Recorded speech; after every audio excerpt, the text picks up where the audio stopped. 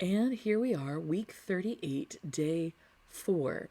Now, on day 2 of this week, we had finished up the book of Ezra, and we had mentioned yesterday that one of the people we saw in there was a prophet by the name of Haggai. We read his book yesterday. Today, we start reading a book by another prophet who was also mentioned at the end of Ezra.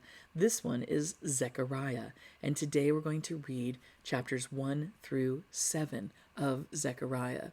Well, Zechariah has a message for the Jews who have returned to Jerusalem.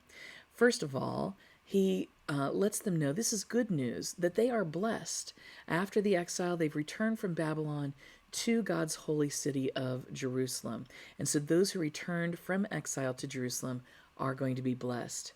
He also mentions, just as Haggai did as a theme in his book yesterday, that God's presence is once again with God's people.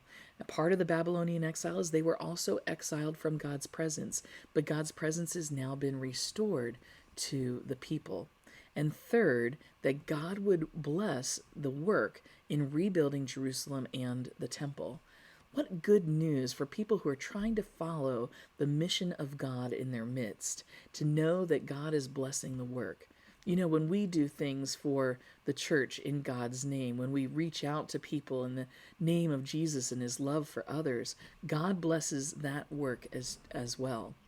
Well, here in Zechariah, we also see some symbolic language. Zechariah has a series of what are known as night visions, and they're not easy to comprehend, but he does a pretty good job of interpreting them for his readers, and hopefully you'll find that to be the case. But first and foremost, let us remember that those of us who follow God, that do God's will, and seek to follow in Jesus' footsteps, we will be blessed and we will know God's presence in our lives.